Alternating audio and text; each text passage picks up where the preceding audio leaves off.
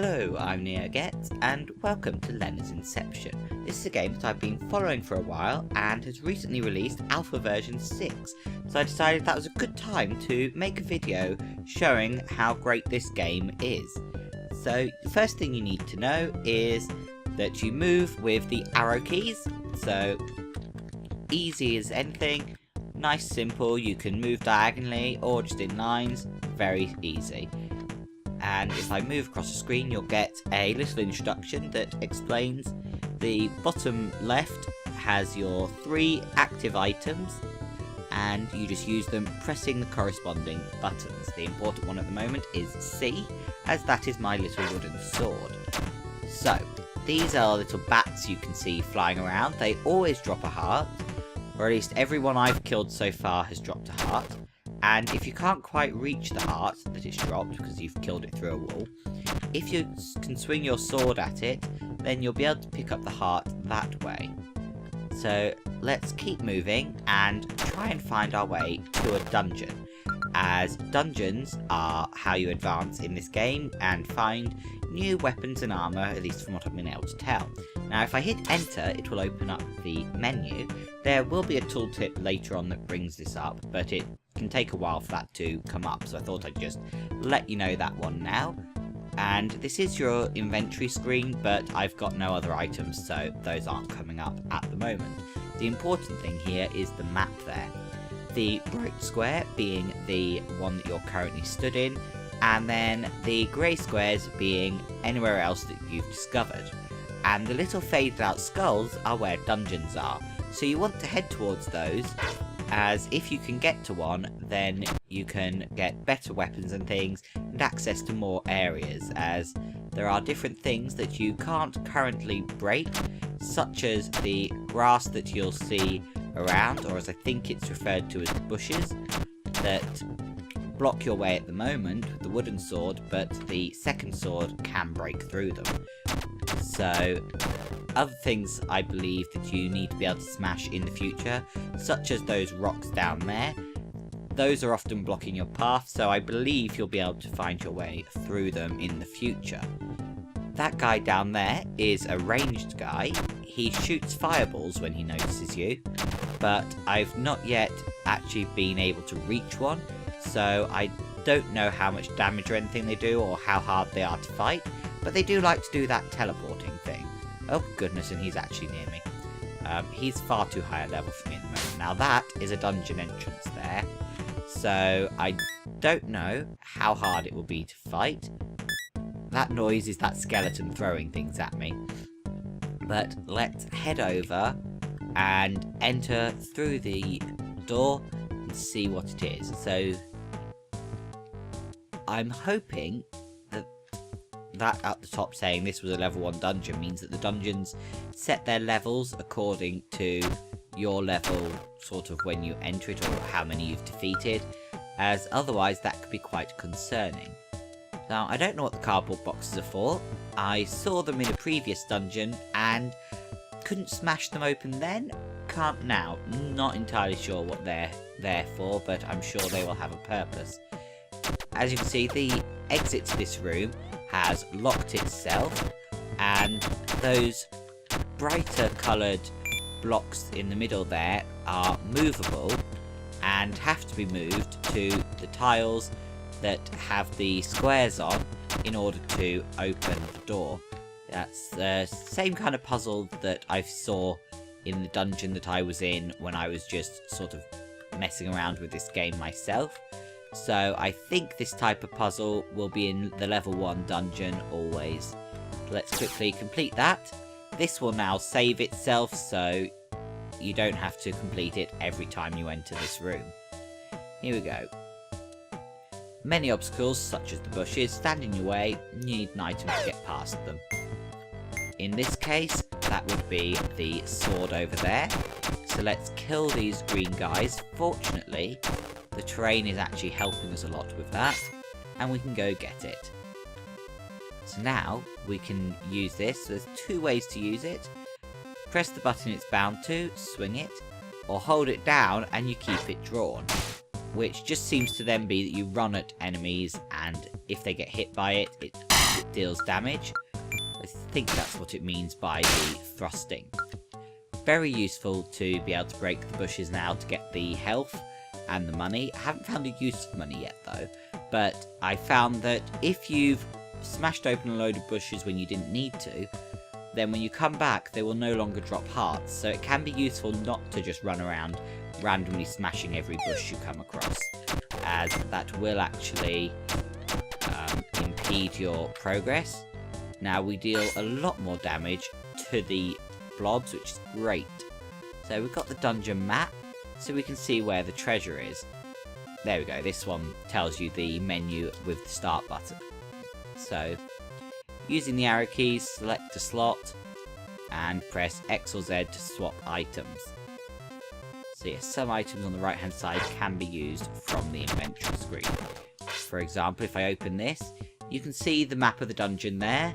There's the skull showing you where the boss room is, and then the rooms that we haven't been to yet with the little yellow dots in, which I'm going to presume mean that there's loot in them. I don't know, but that's the best I can guess. And that's the shield, which is excellent. Very useful to have the shield out. You can then just hold it all the time and move slower, or just put it away and only use it when you need it. So let's continue on. Those things will continue to circle whatever they're on. You just have to dodge them. And the black squares here are indicating that you will fall if you go there. Now, the key won't always be in the same room as the door it's for, but in this case it is, and when you get to that door it means that the boss is through. So let's head through and keep our shield out. We want to sort of pay attention to the direction the bat has left in, as that will be the direction it sort of, as best as you can tell, heads at you from. And then you want to attack it before it can attack you each time. The shield, very helpful there. So not too hard a fight, and you get an Archangel heart. All the bosses in the dungeons are Archangels. So still beating food item that you seem to automatically eat because your health is automatically increased on picking that up. So Lenna obviously likes the taste of heart. Let's see, we've got an artifact, the Cane of Kanto. That seems to be sort of, so you get an artifact in every dungeon, which is very useful. So now we've got the ability to break down all this grass that was blocking our ways, so we can navigate a lot more freely now, find our way to more places, and if I can remember to use my shield, that would be really helpful, because I'm really bad at dodging the bouncing guys, although taking advantage of the ability to attack through walls is definitely helpful. Right, oops. So let's see if we can now find our way forward and get to another dungeon. There was one over to the right on that map when we started, but it being near us when we started doesn't always indicate that it's the next dungeon. There is a dungeon that I've not yet worked out how you enter. The symbol that you find is a rose on the floor, rather than a building. The two dungeons that I've entered so far had buildings for them, so I'm not sure how you're meant to activate the rose. So haven't been able to work out to visit that one. Now we haven't gone down before, but a lot of rock, which has said I think you'll find a way to break in the future, but at the moment don't know how. So we're going to just have to ignore it. Ooh. Let's kill him and take the health back. But we will hopefully find a way in the future to deal with that. So nothing that way. And from the trailer it looked like we can swim in the future. So hopefully we'll find the way to do that as well. Lots of things that seem to be available from what I've seen. So fingers crossed, oops, that we'll work out how to do those in the future, but I may not be able to show that in this video, as you never quite know how long it'll take you to find different dungeons and things on each seed. So, looks like there's a lot of water blocking our way around here, so this is obviously not the way that we're supposed to be going at the moment. Now, I don't know if any old random seed will work for this game, but there's a sort of randomized button when you load up the game that will let you pick from a lot of different seeds. I've never managed to get the same seed to come up twice using that, so I'm guessing that you're unlikely to ever actually really need to enter your own randomized seeds, but on the off chance you want to, I will have to find out if you can after I've finished recording and add a little note to the video just letting you know the answer to that one. So let's keep on trying to find our way around. Sometimes you get extra items for killing everything on the screen like that, and the placeholder that popped up is just because not all the loot is in the game yet. So we found the hypodermic needle. Very useful if you manage to get yourself a pet. There are 3 currently in the game, the pumpkin, the chicken and the bat.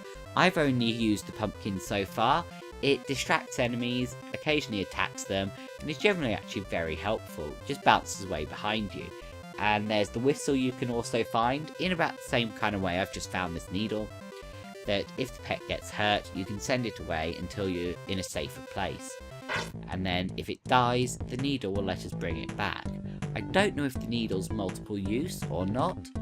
I've not managed to kill a pet in the times that I've been playing this game, so haven't actually found that out yet, but hopefully there's sort of ways to use them more than once, whether that's because you find more needles or because the game just lets you use the needle multiple times. So let's keep going, trying to get to the second dungeon in the hopes of discovering some more interesting loot, or in the hopes of finding a pet as we keep exploring. So let's head towards that again. Nope, can't go that way either, so definitely not the way to go at the moment.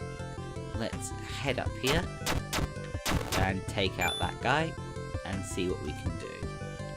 Another dead end there, and a lot of rocks appearing, which, as I said, we haven't actually worked out how to break yet, and I don't know if you can break fences in the future either, as there's a lot of those blocking your way all the time as well, but I sort of expect those to just be a permanent blockade.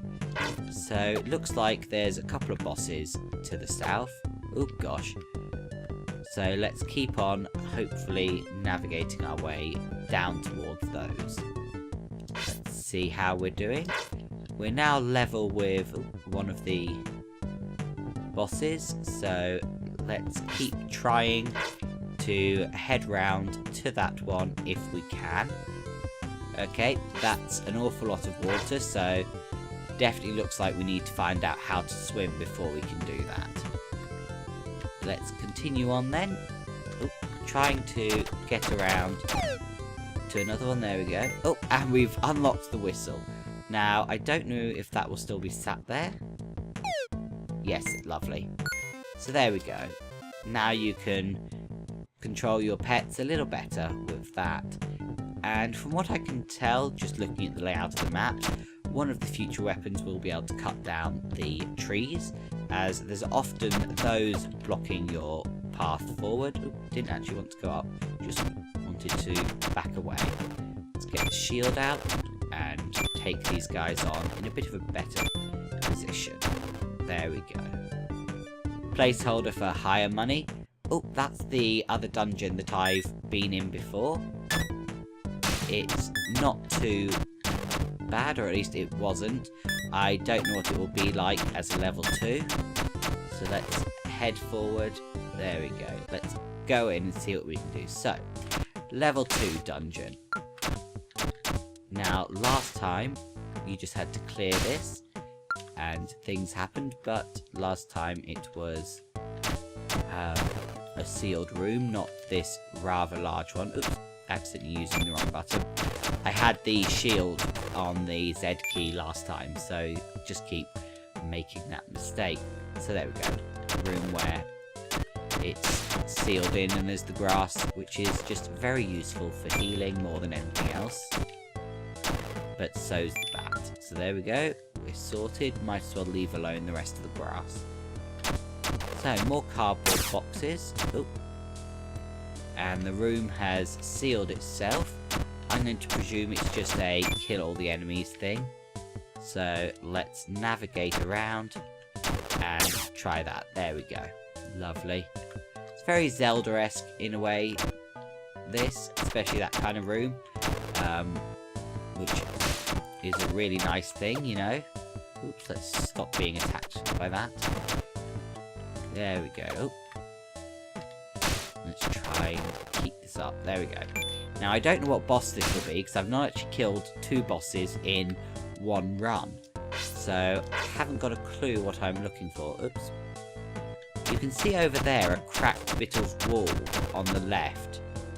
And from what I've seen or read of the game, bombs are something that exist. Oh, and it looks like we might have just found them. So there we go. Let's see if we can set that to a slot somehow. There we go. So we've navigated to it, hit the button we want it to be on, and we've now got the bombs. So let's try smashing... Ooh. Oh dear. You don't throw them. I was expecting them to be thrown. There we go. Might be another button that lets you throw them, but we've made it through. And it did destroy some of the rock then, so it looks like we found the way through the rocks. Right, another one of these puzzles that we know how to deal with. So let's get on with this one. These definitely seem to matter what order you start moving things in. So definitely worth just getting an idea of how you hope to complete the puzzle before you actually start to take it on. Oh dear. And I've messed up something there. Let's try exiting and re-entering the room and see if that will let us restart the puzzle. There we go. So, looks like I'll want to shove this one up, but then deal with this one first. As now I've learned, you can't move it outside of this pebbly area, which sort of makes sense, as if you have pebbles under a large rock in real life, you can move it, and yet if you then have it on just solid ground, it will dig in. So, makes sense, just frustrating. There we go. He didn't make it over. Slightly frustrating that your loot will drop into the water as well, but manageable. So there we go. We've got the map of this dungeon. Let's have a look. Oh, quite a lot more to it. And yes, those yellow dots must indicate where you've got any sort of treasure. So let's keep going in the hopes of finding our ways to that. The downwards option here being a breakable wall, so let's smash through that and dodge the spinning blades. Now the balls are quite easy to fight. You just have to wait for it to sort of come near and attack it. And there we go. We would have received a book there if the books were in the game. So something I'm looking forward to seeing actually is what those books are like, if they contain any sort of lore or anything. And looks like this ball can actually bounce over water without any trouble. So it's something to keep in mind for the future. And once we've fought this boss, I'm hoping to end the video there. It's been about 20 minutes now, so it's about the length I'm hoping to keep my videos to at the moment. And there's the boss key. So let's head in and find out what this boss is. Okay, it's a giant slime. I don't know what my shield will do for this. Oh, he splits into more slimes. Yep. That didn't go very well. I could hit continue, but I'm going to just save and quit. Take it as a permadeath, so that was unfortunate, but good fun.